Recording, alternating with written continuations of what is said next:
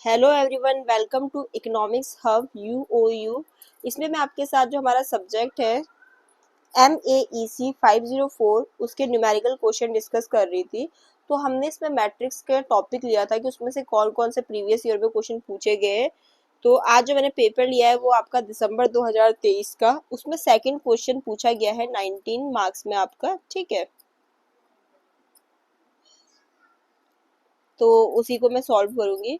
तो हमें क्या है, एक मैट्रिक्स ए दे रखी है जो आप देख सकते हो कितने की है, ये 3/3 की।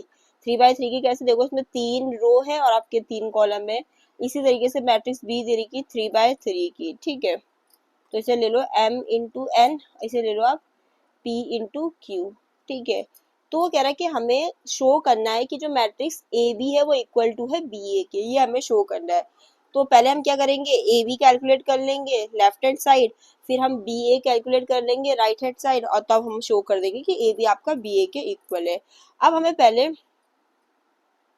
ए बी निकालना है, ठीक है। तो हम पहले ले लेंगे लेफ्ट हैंड साइड जो है ए बी। तो देखो इसमें हम लिखेंगे order of matrix A is 3/3 और order of matrix B is 3/3।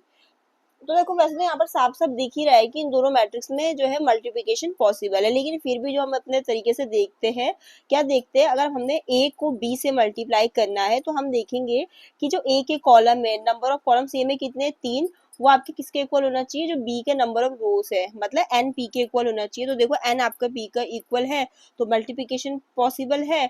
और जो हमें अपकमिंग जो मैट्रिक्स हमें मिलेगी वो किस ऑर्डर की मिलेगी, ये m इंटू क्यू जो कि आपकी 3/3 की मिलेगी। तो हम यहाँ पर लिखेंगे order of matrix A is 3/3, order of matrix B is 3/3। इसे हमने n से डिनोट कर दिया, इसे p q से। तो हम इसमें लिखेंगे n equal to p, therefore A B is defined, या मल्टीप्लिकेशन पॉसिबल है, ये लिखेंगे। और द ऑर्डर ऑफ जो हमें रिजल्ट मैट्रिक्स मिलेगा, मतलब ए बी उसका ऑर्डर क्या होगा, the order of result matrix will be 3/3 का ही मिलेगा, जो कि क्या है आपका एम क्यू का मिलेगा, ठीक है। ऐसे ही तो होता है ना, यही तो देखते हैं हम।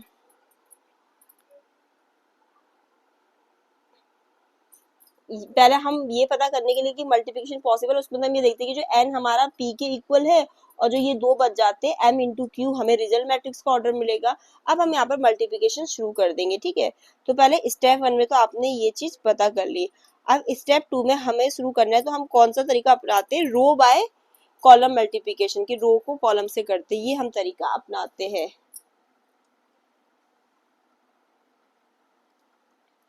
रो बाय कॉलम मल्टीप्लिकेशन का, ठीक है। ये सबसे इजी पड़ जाता है, अगर हम चाहे तो कॉलम बाय रो करेंगे तो भी आंसर सेम ही आएगा, बट हम यहाँ पर रो बाय कॉलम मल्टीप्लिकेशन का यूज करते हैं, ठीक है, तरीका। अब क्या करना पड़ेगा, रो बाय उसमें क्या करते हैं हम, ये करते हैं हम उसमें कि अब हमें जैसे एलिमेंट निकाले तो हम क्या करते हैं, फर्स्ट रो को फर्स्ट कॉलम से करते हैं, फर्स्ट रो को सेकंड कॉलम से, फिर फर्स्ट रो को थर्ड कॉलम से, फिर इसी तरीके से सेकंड रो को फर्स्ट कॉलम से, सेकंड कॉलम से थर्ड कॉलम से, फिर थर्ड रो को फर्स्ट सेकंड थर्ड कॉलम से, ठीक है। तो अब हमें इतना भी पता है कि हमारा जो मैट्रिक्स का आंसर आएगा वो हमें किस तरीके से मिलेगा, ये होगा हमारा A11, A12, A13, जो मल्टीप्लिकेशन करके जो मैट्रिक्स आएगी उसका ऑर्डर ऐसे आएगा, 3/3 की मैट्रिक्स आएगी, और ये उसके एलिमेंट हो गए A31, A32, A33, ठीक है। ये हमारी 3/3 की मैट्रिक्स ऐसे करी जाएगी। तो मतलब हमें ये सारे एलिमेंट आपके ढूंढने हैं। तो अब पहला हम ये करेंगे,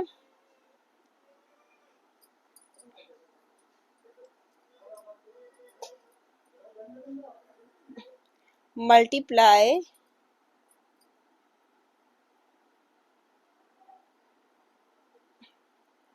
first row of matrix A, ठीक है। हम ये तो करते हैं कि जो पहली रो है मैट्रिक्स ए की उसको मल्टीप्लाई किससे करेंगे, कॉलम्स आपके बी से। Multiply first row of matrix A with columns of B. ठीक है, ये हम करेंगे। बस हम शुरू कर देंगे मल्टीप्लिकेशन। तो मैंने जब आप ये क्वेश्चन करोगे तो यहाँ पे स्क्रीन थोड़ी छोटी पड़ रही है, तो मेरी जो मैट्रिक्स है वो ऊपर चली गई है। जब मैं आपको मल्टीप्लिकेशन यहाँ पर समझा रही हूँ तो मैं तो यहाँ पे मेरे सामने क्वेश्चन पेपर है उसमें देख रही हूँ। आप भी दोनों मैट्रिक्स को अपने सामने लिख लेना कॉपी में, तब आपको ये बेटर समझ में आएगा। ठीक है, कि मैं किस तरीके से कर रही हूँ। मेरे सामने क्वेश्चन पेपर है, मैं उसमें से देख रही हूँ। आप जब यहाँ से समझना शुरू करोगे तो आप दोनों मैट्रिक्स को अपने सामने कॉपी में लिख लेना, तब आपको बेटर समझ में आएगा। मैं क्वेश्चन पेपर के उससे कर रही हूँ देख के। ठीक है, क्वेश्चन पेपर में मेरे पास सामने दोनों मैट्रिक्स लिखी है। अब मैं मल्टीप्लिकेशन उनका शुरू कर दूंगी। तो पहले मुझे A11 निकालना है, तो उसके लिए मैं क्या करूंगी, फर्स्ट रो को फर्स्ट कॉलम से, तो वो होगा -2 into 1 plus 3 into 2 plus -1 into 3। Solve करूंगी, 2 1 जा 2 माइनस प्लस 6 प्लस -3। ठीक है, ये मेरा सॉल्व होकर क्या आ जाएगा 1। अब A12 निकालना है, तो उसके लिए -2 into 3 plus 3 into 2 plus -1 into 0। 2 3 जा 6 प्लस 6। अब ये तो प्लस का प्लस -1 से होगा, अगर इंटू 0 तो 0 हो जाएगा, प्लस ऐसे ही आ जाएगा, क्योंकि देखो 0 से कुछ भी मल्टीप्लाई होगा तो 0 हो जाएगा यहाँ पे प्लस। तो ये भी ऐसे कट जाएंगे तो मेरे 0 आ जाएंगे। ऐसे में 8 13 भी निकाल दूंगी। तो 8 13 के लिए भी मुझे क्या करना पड़ेगा कि फर्स्ट रो जो है मैट्रिक्स ए की, उसको जो मैट्रिक्स बी का थर्ड कॉलम है उससे मल्टीप्लाई करूंगी। मेरे सामने क्वेश्चन पेपर है, मैं उसमें से दोनों मैट्रिक्स में देख के मल्टीप्लाई कर रही हूँ। आप अपने सामने दोनों मैट्रिक्स लिख लेना अपनी अंडरस्टैंडिंग के लिए, क्योंकि अगर मैं ऐसे में करूंगी ना तो फिर मैं सॉल्व नहीं कर पाऊंगी इस तरीके से। तो इसलिए मैं क्वेश्चन पेपर्स में से देख रही हूँ। आप जब करोगे तो मैट्रिक्स जो है ए बी अपने सामने कॉपी में लिख लेना। ठीक है, और पेपर में तो आपके पास भी क्वेश्चन पेपर रहेगा तो आप मैट्रिक्स वहां से देख सकते हैं। ठीक है, then -2 into -1 plus 3 into -1 then plus -1 into -1। जो माइनस में होगा वो हम बेटर उसके लिए क्या लिख देंगे, ब्रैकेट में लिख देंगे। ठीक है, ताकि कंफ्यूजन हो। 2 देखो 1 से होता है 2 होता है, लेकिन माइनस माइनस का होता है प्लस, इसलिए प्लस का साइन। फिर देखो 3 1 से होगा तो 3 होगा, प्लस माइनस माइनस, और यहाँ पर माइनस माइनस देखो प्लस हो जाएंगे और आएगा ये 1। तो ये 0 हो गया। ठीक है, बस अब इतना हो गया मेरा यहाँ पर। अब मैं मल्टीप्लाई करूंगी सेकंड रो मैट्रिक्स ए की विद कॉलम्स ऑफ बी, ताकि मेरे पास A21 A22 A23 निकल जाए। ठीक है, अब multiply second row of matrix B, sorry matrix B नहीं, sorry matrix A with columns of B.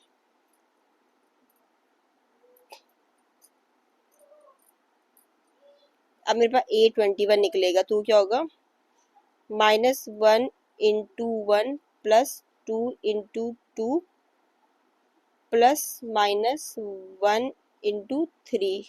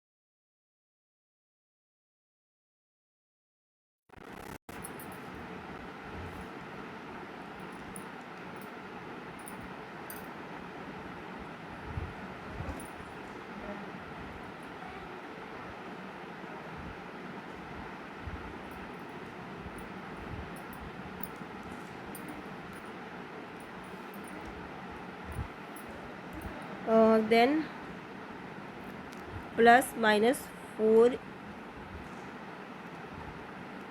Into -1,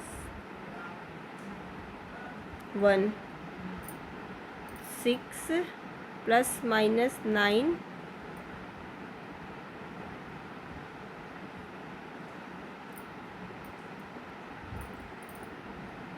ये आपका आ जाएगा प्लस का 4, तो ये आ जाएगा 1। ठीक है, तो देखो इस तरीके से मैंने मल्टीप्लाई करके अपनी ए बी मैट्रिक्स ढूंढ ली है। मल्टीप्लिकेशन वैसे ही जैसे मैंने आपको पहले के उसमें बताया, कुछ चेंज नहीं है, जस्ट वैसे ही करना है। अब मैं जो है वैल्यू पुट कर दूँगी अपने मैट्रिक्स में। ठीक है, तो A11 क्या था मेरा 1, A12 0, A13 0, तो ये तो आ गया 1 0 0। A21 क्या है 0, ये आपका 1 है, ये 0। ठीक है, ये है 0 1 0। ठीक है, और ये नीचे वाला आएगा 0 0 1, तो ये हमारा ए बी आ गया। ठीक है।